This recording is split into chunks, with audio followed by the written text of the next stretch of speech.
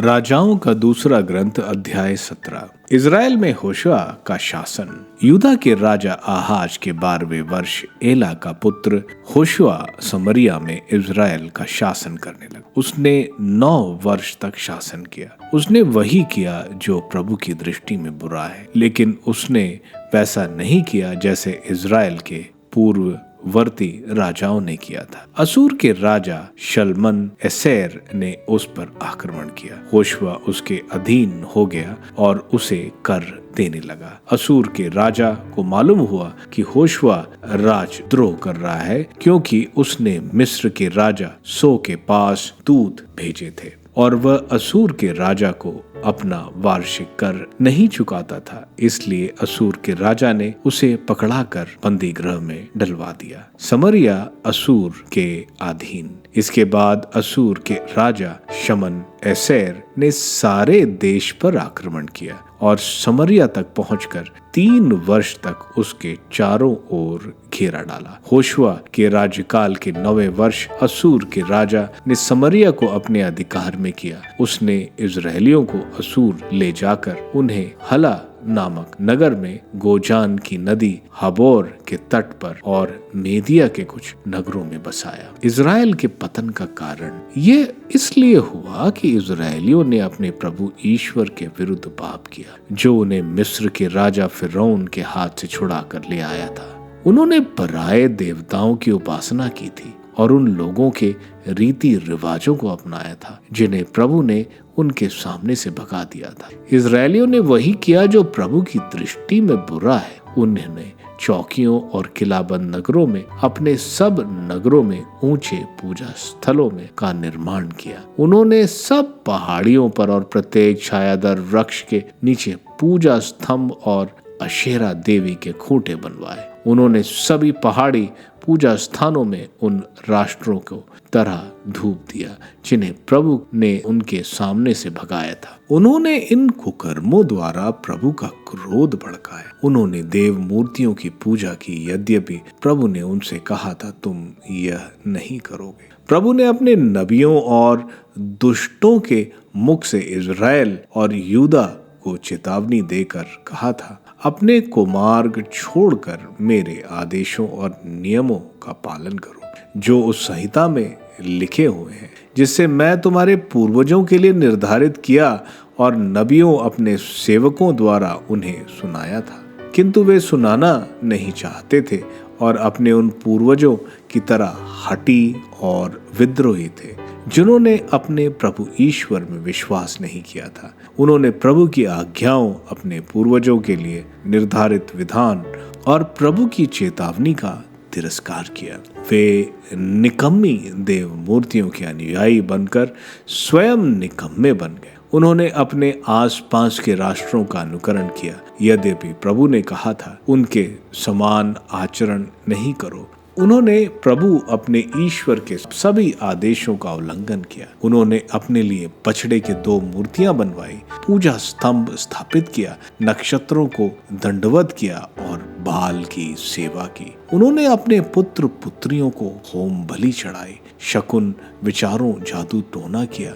उन्होंने प्रभु को अप्रसन्न किया और विश्वासघाती बनकर वही किया जो प्रभु की दृष्टि में बुरा है। इसलिए प्रभु का क्रोध इज़राइल पर भड़क उठा और उसने इज़राइल को अपने सामने से दूर कर दिया। केवल यूदा का वंश बचा रह गया। लेकिन यूदा वंशियों ने भी प्रभु अपने ईश्वर के आदेशों का पालन नहीं किया। वे इज़राइलियों द्वारा अपनाए हुए रीति रिवाजों का अनुकरण करने लगे। इसलिए प्रभु ने सभी इज़राइलियों का परित्याग किया। उसने उन्हें पतित होने तथा लुटेरों के हाथ लुट जाने दिया और अंत में उन्हें अपनी दृष्टि के सामने से दूर कर दिया। जब प्रभु ने इज़राइल को दाऊद के घराने से अलग कर दिया था, तो उन्होंने नाबाट के पुत्र यरोबाम को अपना राजा बनाया था। यरोबाम ने इज़राइल को प्रभु के मार्ग से भटकाया था और उससे घोर पाप करवाए। इज़राइली यरोबाम के सब पापों का अनुकरण करते रहे और उनसे जब तक विमुख नहीं हुए तब तक प्रभु ने उनको अपने सामने से दूर नहीं कर दिया, जैसे उसने उन्हें नबियों अपने सेवकों द्वारा चेतावनी दी थी। इसलिए इजरायली अपने स्वदेश से दूर असूर में निर्वासित किए गए और आज तक वही है। समरिया जाति का उद्गम। असूर के राजा ने समरिया के नगरों में इजरायलियों की जगह बाबुल, कूता, अब्वा, हमात और सफराइम से लोगों को ले आकर बसाया। वे लोग समरिया पर अधिकार कर उसके नगर में रहने लगे। वहां आने के बाद वे प्रभु की उपासना नहीं करते थे, इसलिए प्रभु ने उनके पास सिंह भेजे और उन्हें उनमें से अनेक को मार डाला। असूर के राजा को यह समाचार मिला, अपने जिन लोगों को ले जाकर समरिया के नगरों में बसाया है वे उस देश के ईश्वर की उपासना विधि के परिचित नहीं है, इसलिए उसने उनके पास सिंह भेजे हैं जो उन्हें मार रहे हैं, क्योंकि वे लोग उस देश के ईश्वर की उपासना विधि से परिचित नहीं है। इस पर असूर के राजा ने आज्ञा दी, उन याजकों में से एक को वहां वापस ले जाओ जिन्हें तुम वहां से लाए हो। वह वहां रहेंगे और वहीं उन्हें उस देश के ईश्वर की उपासना विधि की शिक्षा देगा।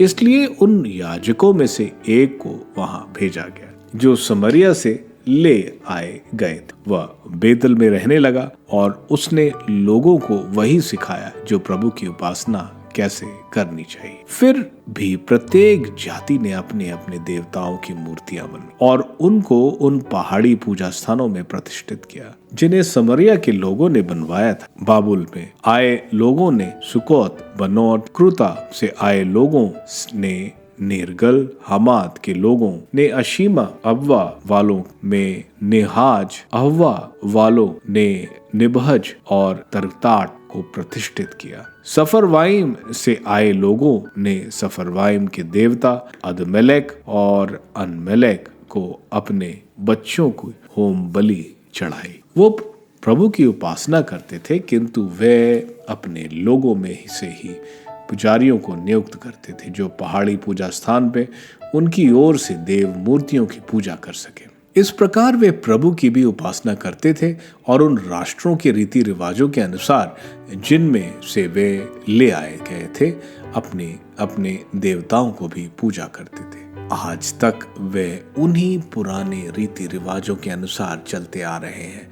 वे ना तो प्रभु पर श्रद्धा रखते हैं और ना उन आदेशों, विधि निर्देशों, नियमों और आज्ञाओं का पालन करते जिन्हें प्रभु ने उस याकूब के पुत्रों को दिया था जिसका नाम उसने इज़राइल रखा था। प्रभु ने उसके लिए एक विधान निर्धारित किया था और उन्हें यह आज्ञा दी थी कि तुम अन्य देवताओं को सिर नहीं झुकाओगे, उनकी पूजा नहीं करोगे और ना उन्हें बलिदान चढ़ाओगे। तुम प्रभु पर श्रद्धा रखोगे तो अपने सामर्थ्य तथा बाहुबल द्वारा तुम लोगों को मिस्र से निकाल लाए। तुम उसी को सिर झुकाओगे और उसी को बलिदान चढ़ाओगे। तुम उन आदेशों, विधि निर्देशों, नियमों और आज्ञाओं का नित्य पालन करोगे जिन्हें उसने तुम्हारे लिए लिपिबंद किया है। तुम अन्य देवताओं पर श्रद्धा नहीं रखोगे। जो विधान मैंने तुम्हारे लिए निर्धारित किया उसे तुम कभी नहीं भुलाओ। तुम केवल प्रभु अपने ईश्वर पर श्रद्धा रखोगे, वह तुम्हारे सब शत्रुओं के हाथों से तुम्हारी रक्षा करेगा। परंतु उन्होंने उसकी एक नहीं मानी और वह अपने पहले के रीति रिवाजों के ही अनुसार चलते रहे। यद्यपि वे जातियां प्रभु की उपासना करती थी, फिर भी वे अपनी देव मूर्तियां की पूजा करती रही। उनके पूर्वजों ने जैसा किया था, उनकी संतान भी आज तक वैसा करती आ रही है।